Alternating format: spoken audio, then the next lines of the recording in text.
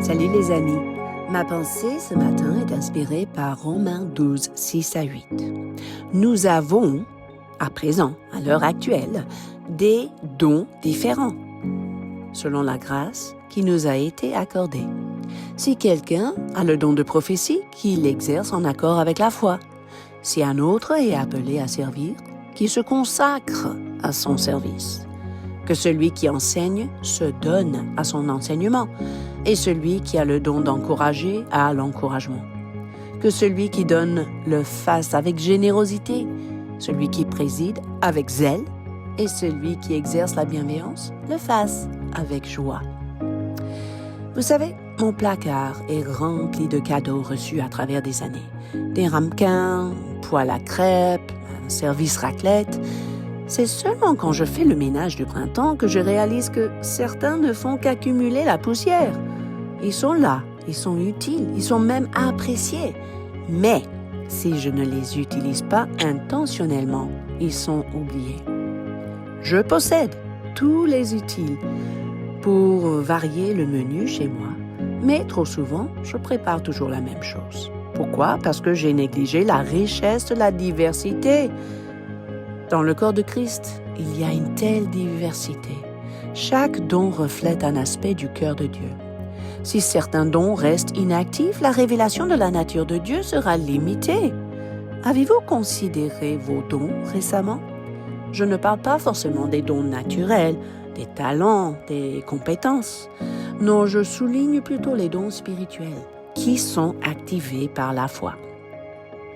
Nous avons l'immense privilège et responsabilité de développer un style de vie surnaturel. Mais trop souvent, nous nous contentons de mener notre vie sans chercher des signes, des prodiges, des miracles.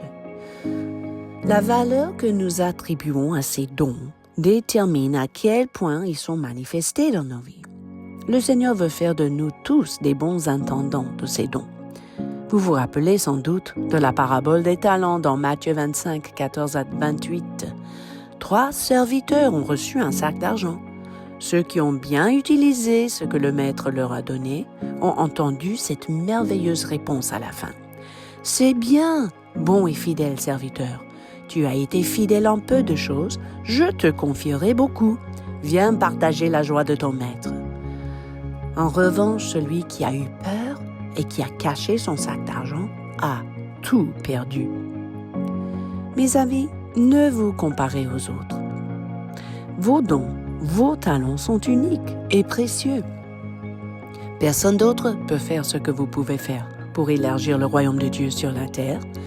Le passage le plus connu dans le Nouveau Testament souligne et célèbre cette magnifique diversité. Lisons-le ensemble, 1 Corinthiens 12, 4 à 11.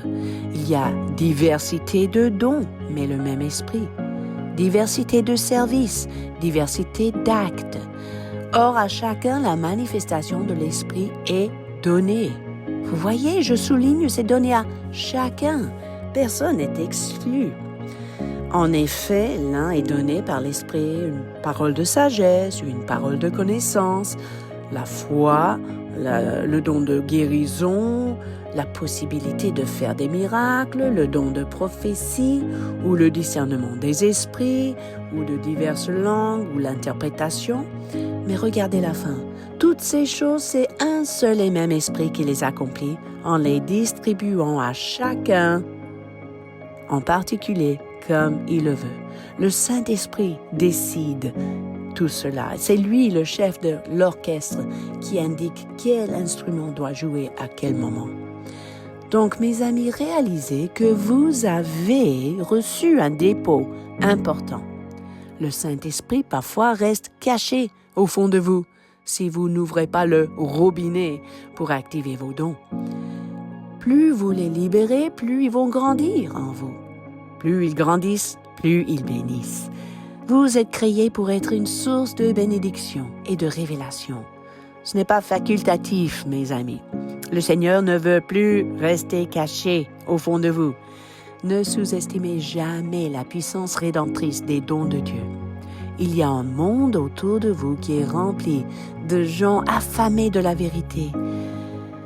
Ils ont besoin de découvrir qui ils sont. Vous avez la capacité de les toucher, de les conduire à leur Père céleste. Je dirais même de transformer leurs histoires. Simplement en activant les dons de l'Esprit dans votre vie quotidienne. Et croyez-moi, cela va réjouir le cœur de Dieu. Cette semaine, laissez jaillir la puissance du Saint-Esprit en vous. Faites couler les fleuves d'eau vive pour arroser cette terre desséchée et aride autour de vous. Le Père sera content et les gens seront changés.